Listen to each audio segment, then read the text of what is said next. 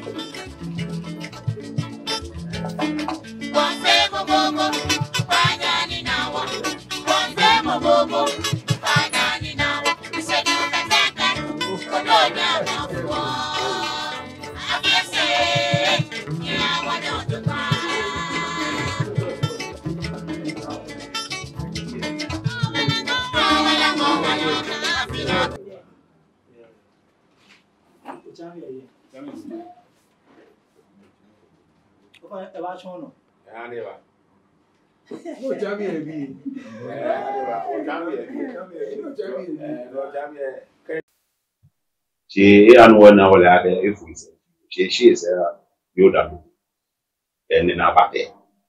One quite no idea to switch in one walk. I don't know what you want to switch.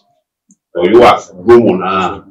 Many one knew that Yakuma. Medium only walk out. Only much money. They thought they were true. Only a channel. Let him on walk lever. Over knew that Yakuma need let our evening. Okay, what about when you send the song? Yo, come on, I'm going to yo. Ozami again. Jami Busu. And they say, image and yo. Okay, no banner.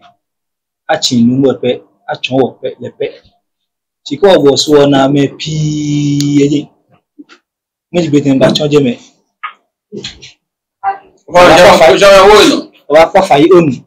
Ni amejam ameshamicho on kwa na mkoma mwa chele Sasa idoke ne yo eshe amele ni yemo na shabale ni na eshe yo be ichekwa ni ta ni o la se ma se egbe di ni o da pe chubi leji o la ke shian olupa be o ye ni mi yo eni itaji atole awo butwe leji wo ye nyu yo la ke shian ti mo mi e na bile na iwa le we na beba ke o ye wonye mi nu eni wo fugu egbe di ni abebi o wo la che chekweni ye enyese agbene ko wo ye no mo bibiu lady udati chu head of family udati chu head of family ni be wo la che head of family ne egbe di ni udati abo ni udati abo kechele no yemi yu ni tashi atole na udako wachi wo wachi no udako mefa no ba ke wachi e cha ba le ko ke ba no ko ba ebi ni wala che ma ile ko ba le ke ba wachi en we mo ko pa legi shia ukuyu onu pa bi anani yin ko cha te o je no yemi nu eni eteshin atole ni udate afa ni di shiami lejo chami bibiu e shiami no e wo lejo chami bibiu e wo la cho chami e ayo e wa akutu kokuru mi o cho de me nuri no be ba wo chi e ko ba de bibi no date akuma yo ke ba gbe e kele ba ro ni lejo chami onu pa sani e awo wo lenu ni but anana wo oni ke ibe ni yi na ja no be ise mo ni o je me wo la te secretary le mo fi amu ni le lord ade ke owo ino nyemi ga so le no da bo la e ma mi de la ojo le la o ni mi du e fu ojo le si sa ja le wu isi ku cha che ma no ku cha yi ano agbele sa ajara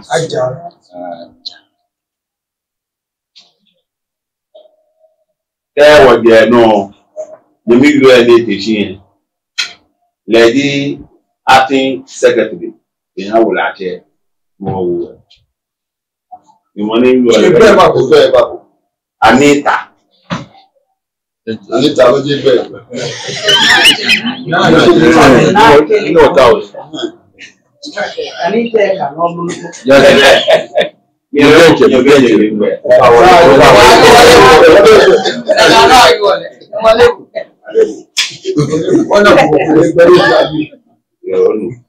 le mi mo ni yo ngbe di mi lo ti dowo na abosu biro da ta kuma yo fenye la ga mi je se pelo lo be no ta anu la ta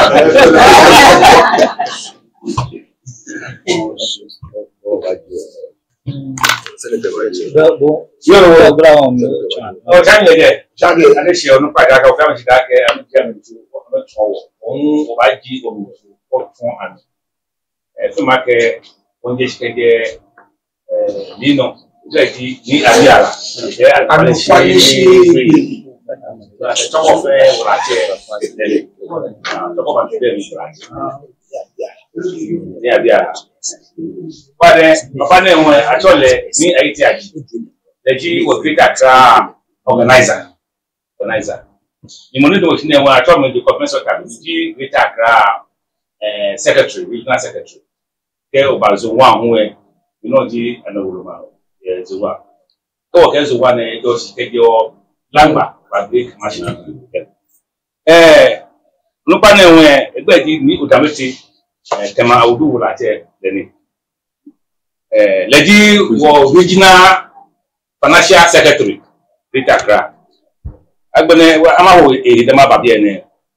Nene obekamate ni lulunya wolache leji wo regional treasurer ke wabie ni adote adokwe akwe kokuruti wolache leji Greater Accra wona wi lo ni biaro sadi efe ke ba wo tele lo ni ya wi hawo ni asile ni ayidri asile wolache leji ifata akwanshi ni Greater Accra regional akwanshi ifata me agbele onupade bi fen egbeji de ne boda ba te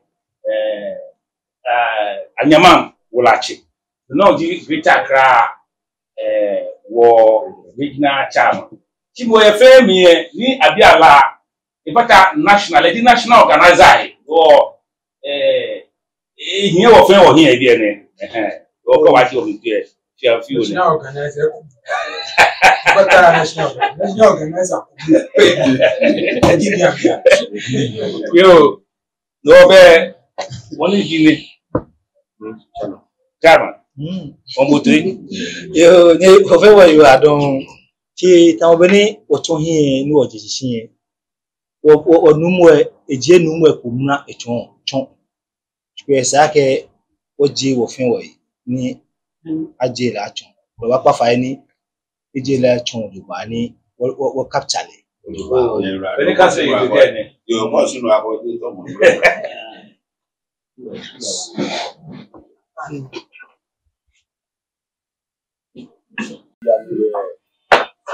Choyan Ula che Yelimi Oh, when ni ba o here. Ya hedi ye wo la che. Je ka ba cho ne. Sha enye ya yo la che. Ni le no se ne ba yo la che. Alo amale e hanyi kuri to le la che. Te fi te na yo le la che. Yo sanja ni nubu e bi na je mo. Wo suwe wo akuchi enyo wo la che. Meji osufe wo la che. Alaka wo la che. Osufe wo la che. Ke akleta se no dani pe na to la kuma ba. Na ga no ka ke ni jamlo ja tasen no dani wo na ni jamlo ja. Eko nke wo ba ye wo su wo la che akuchu emi. Shi akun pe wo yo ni wo yo wo la che. Meji o da te chu. Deme afusin ewo. Mi se egbe di akuma. Wo kenye ba kwa ni record sa mi.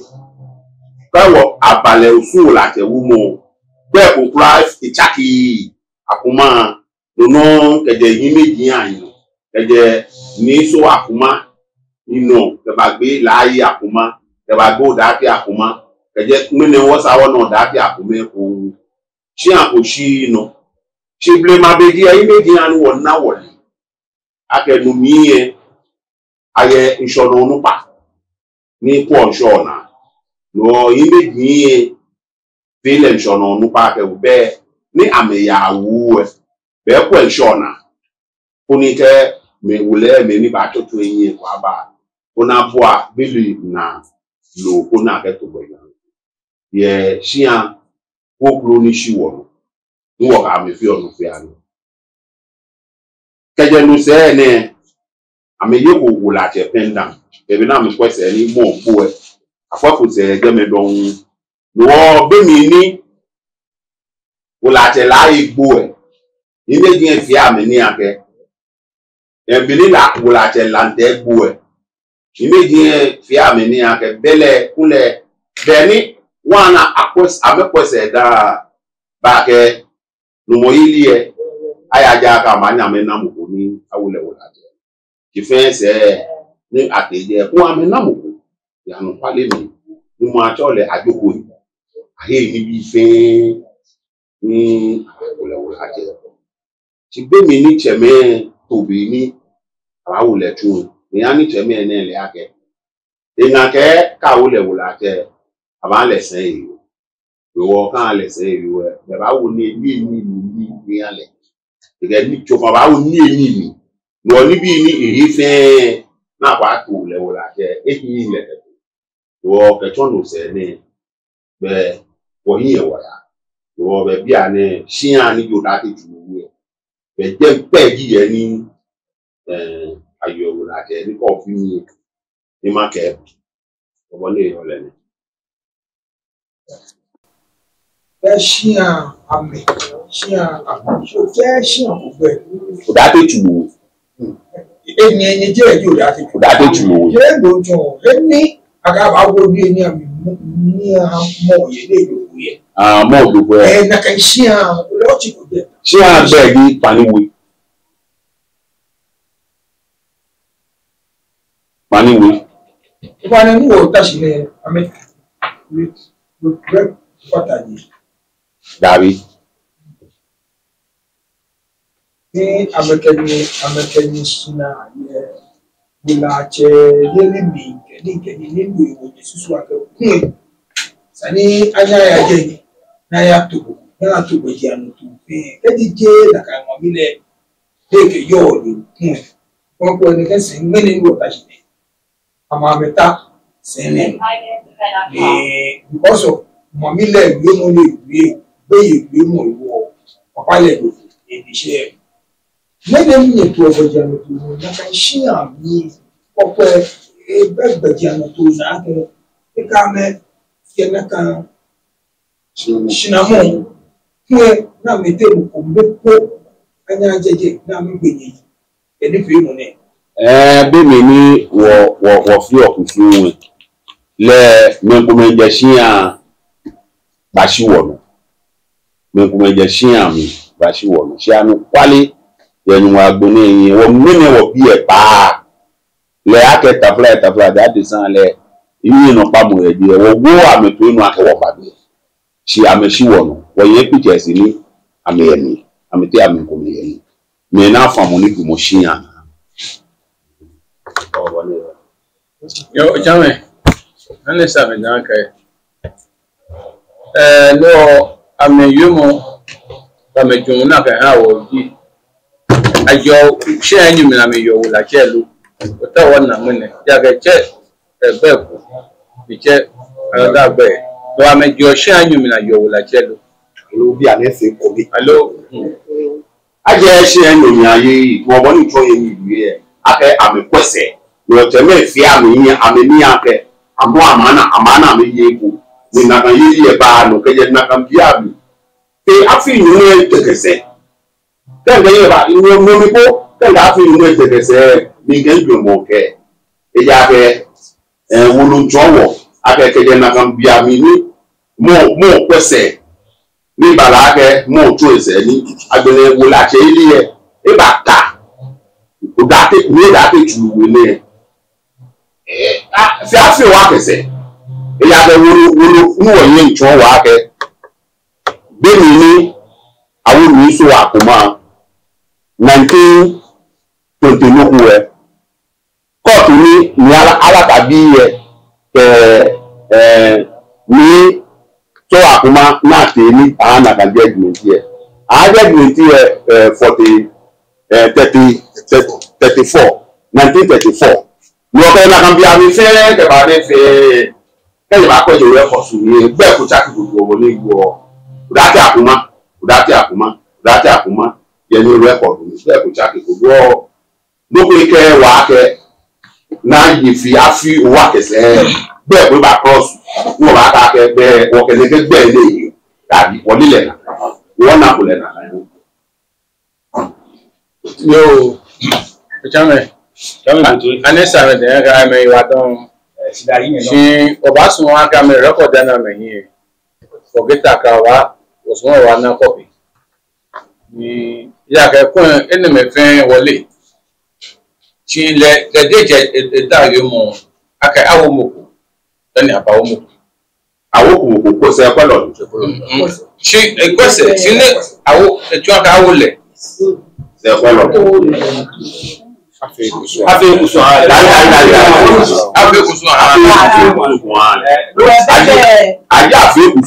ko pe ba na be ja afi kusu ale no afi kusu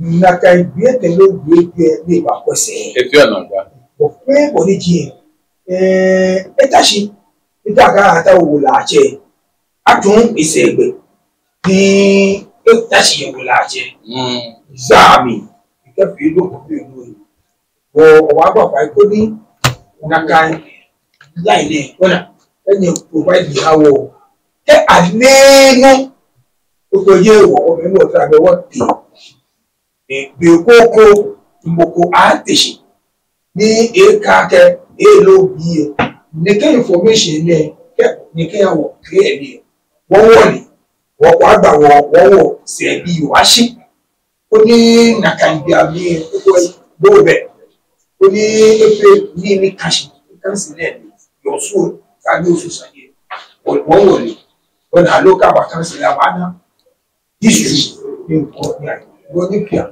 ni ke wa wo ni ko ba ya Yo, when kase yo you are done no oba ha you ko be ni eyu da no you wo ye ni ajetene ni ati ayawo before that na wo lante alo mi male before that na wo lante money choice then na wo fire lomi ton wo sa ne gbla mi ke jeje mi an e ke shisunu mo efe le lomi ton ichame no mi e woni me ko meye na me ke wo efe no dana me ni e ba kwese awo lebe eye se won sumo ko ni boku afi to kan ko ni ba ya wo le na te e da bi no se mi ishino ta flache akeke ni ne shi titi ye Ishi no eko cheme e fadu yeko. Kete muri. Kunwa na me yomo ni ode. Ame yomo eke ame ye wulache. Ame ye wulache no wa ya we. Jeme jenu woke. Lalante bani. Alo jena gajole. Igbe lai wo. Landa kuma bani. Wolanta kuma ta fla chencheme. Mino ko kai na chuye ni. Fire me chuye ni na kai no. Wo yenyo ni yo shiame wono wo chu na kai magia ni biye. Wo e ba won na kesin papa me ba ha nye kuduwe. Ko ne fi odase boni nye wo. E ba won na wa. E ha bi ko ma yi. Wona fi de cafe na gba. E ha nye ga ke no nye susu mo papa ni. Ye sumo ni wo no. Ye sumo ni wo bi. Wo nye ta ni. Wo ka wolu e ko ba chu. Brother, te here ke here no. Ongwa ni abia. Wo. Ko ba e fo skin yen you know. Wo ma ya choko no ko ma le chi abi. Ko ma le ko ni. Ya le ko ba. Wo fa ne ile mu. Yo, olupa ibo ni awo ni o hale ko ni efe bi ade ko negbe kusu na ya bere ina se wo ha wo se si fi si bi ade wo wo to agbere Ni o ba wo enu bi anu e o che ma yi. O a se ami lo da mo. Ba jo abelo ka. Debe ko mo ju mo. Awo ni Inu e. Fane wo. Be o chami. O chamo no ne che. Ibe di o chami de ade be. Amenyemi ni wokele eta sen no. Numene na be na chole ni odate akuma ni di mo lene ba ni ku ne wo shi abe yo do ga ye ba yo se ni documents ni documents ami ba ne pe ya se pe bu on the file me ni le e yin mi gian yin no wo be le abi o npo na papa ye se no solo ko ko ene so le le ba na ke no o je mi e no gele ko na ke da le bu ene le solo da be bu ene ja tete ja e ya occasion ko dan ka je na ga le se nchu emi e yo ro be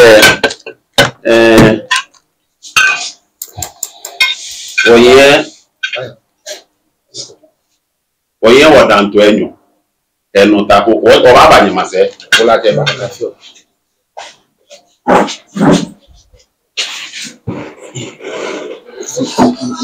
ni mo ya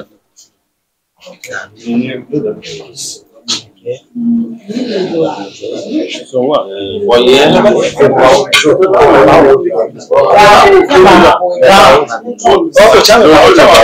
oye wa dan to enyo ba ta ko ni wo ke wo la je ni wo gbo ni woni ami ya me ke dan to enyo ke e si taku na amekele ncho wo ke le ncho yo be wo ke le ncho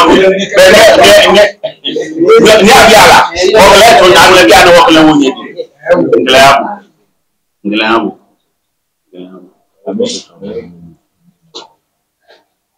Oba ka ni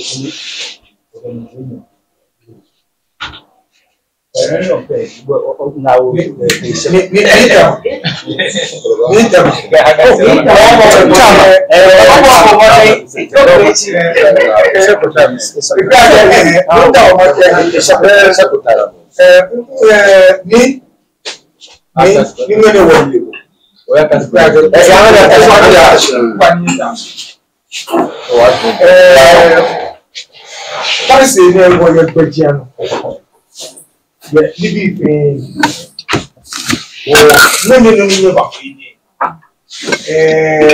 Betiano to afako meji Betiana Betiano to ifako meji mene ba wo ye Betiano to ake wo ye so ege ni so kita wo yeneke ye zone 2 wo nyeke zone 2 gbejiano to zone 2 wa chon nye ba to je say zone 2 wa nye ke baba region ona sheke nyeke region gbejiano to ni o ke abacham ye ba ni wa ye nyeke be ku ne nyeke ni na ye os atu gbejiano to kome ni kuwe kenye fekwe abi na ba fi o fe ko ya ake atu gbejiano ni de la kodi wo la che sananya kaze je by force ni zimi wo na kan gbejiano to ye pipeline wo ni ba nkun ba fi na ba ni ke zone 2 ba to ama zone 2 gbejiano to tenu se ta ni ha region be ba gbele nye bile eye mu ya cancel national to egbejiano to no e kan gbele ye be na mi no we dey fresh card ma ye be na mi no keke ni afi apa ba futa me ko mai ni aba fe national no wala se mo dawo atu gbejiano to e be na ga ye ni ba wo yes what say yes atu gbejiano to wo ye be kuku na mi ye na ye ni ade mi bi ni sani je fe ko e la ko so ni onyo ya reach ko ya ko reach onyo ya national ni ko ya ko national ben ne ke gbejiano to ye gazette gbejiano to ni bo yo wo sani ene me fe fan e hani oni nyeto nyese ona fi kuni e ka bala te wo le ni akenike ni wo na ele nike bo nya tashi ke luka be e ba cha ko ka ka lo oni dile na kano nye wa don chame butu ma ha kuni gbejiano to ni wo yo eje mene ta si September ni oka me kuna mesa ya ga ye short yes ani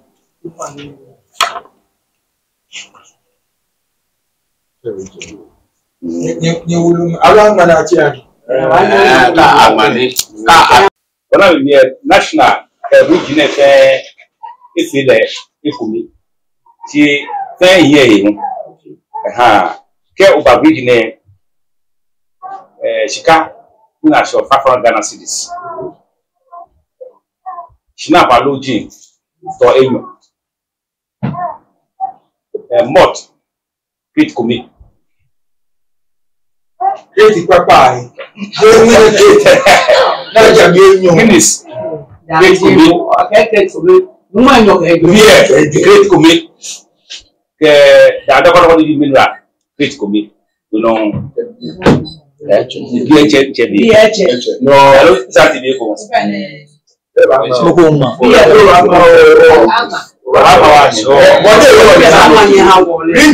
Region no ne na ka no ba ya national that will say 22 years tika papa na show 500 Ghana cedis 5 million so di no bi tele bi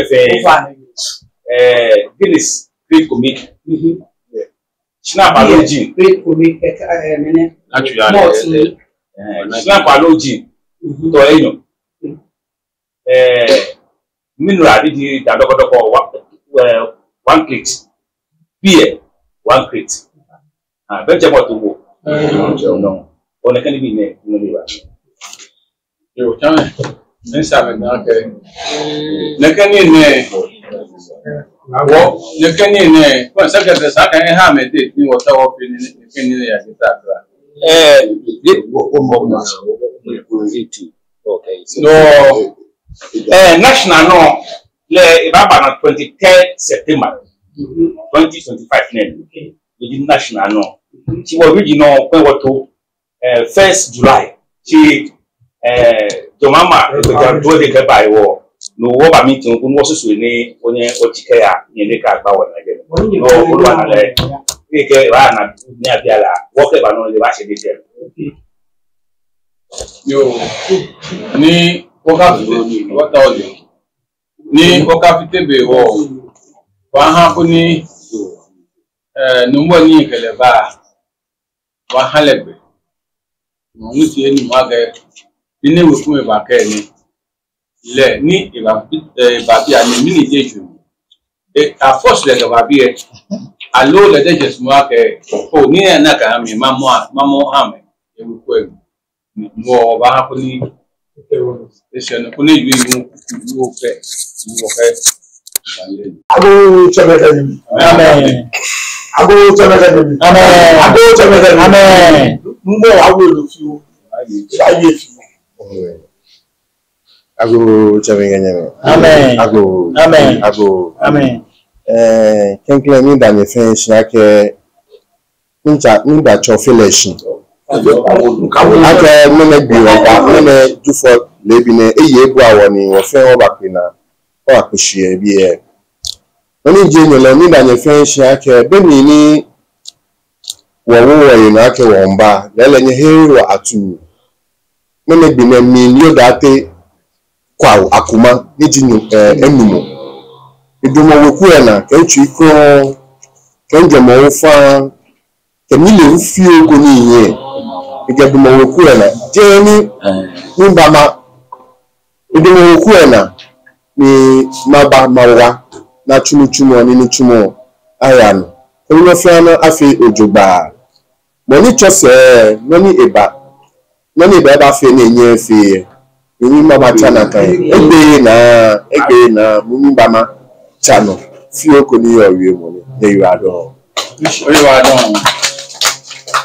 Jame money secretary yo ye wa don eni wo se obe no ko chon ki ma bi yan me ke mo ko e no ko e ki ke mo ko be no ko le ni wa don wa ke o ye no ko ke o so mi ani se ni wo la ke me ne wa si wo o ye na fi o ni ma wo le lu mo eli e ayo ha wo they go then join you.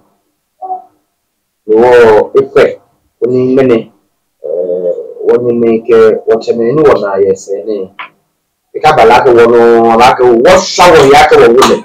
Back there was one was shower.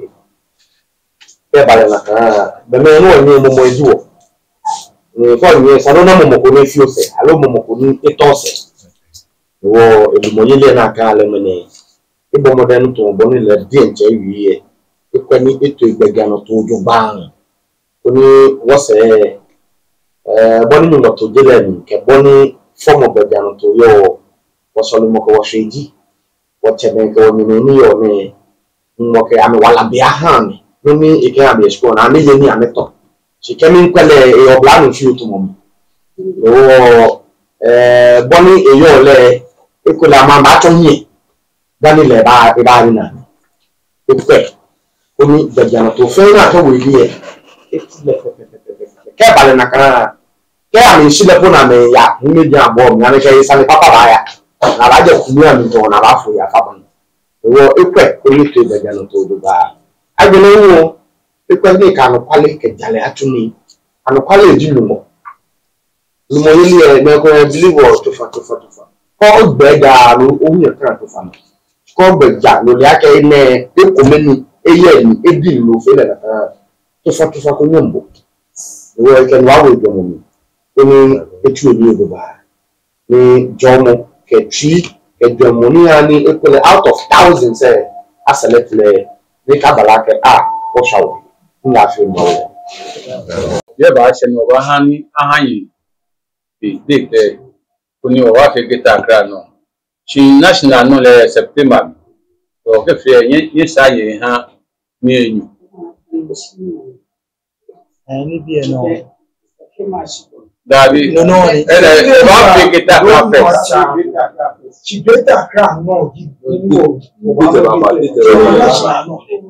She say item say no. Okay. After one side, you also the same thing. Oh, July. Okay, the same thing. One side. When they say September. No, national. September. She better grab on. You have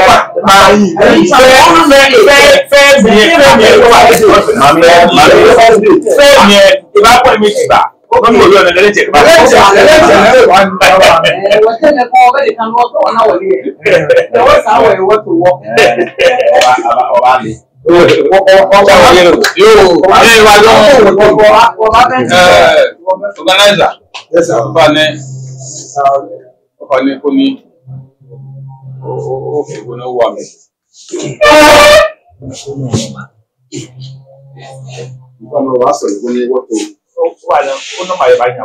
Yo. Ofare yo.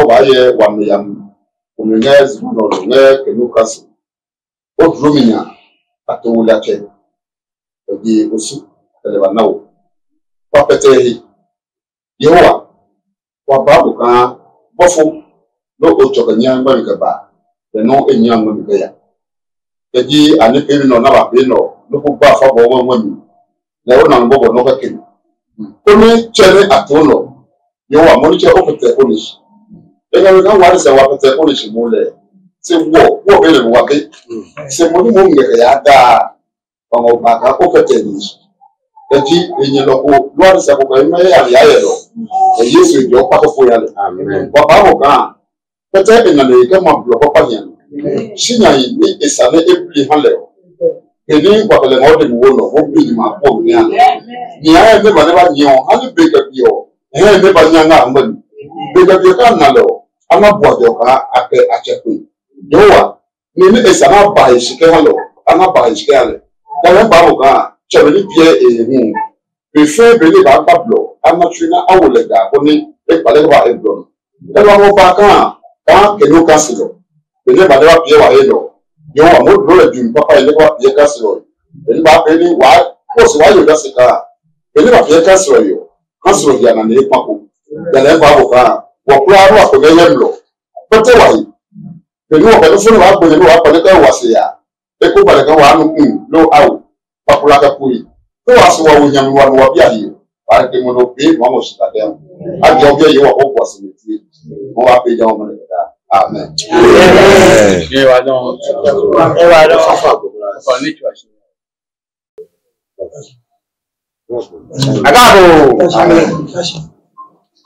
Ago chame kenyeme. Ago. Cha manyaba. Cha manyaba. Dio fe ogbe fi ku mi. Cha no manyaba. Mbe janye ku. Onda ni shuju ba. La kan fiole.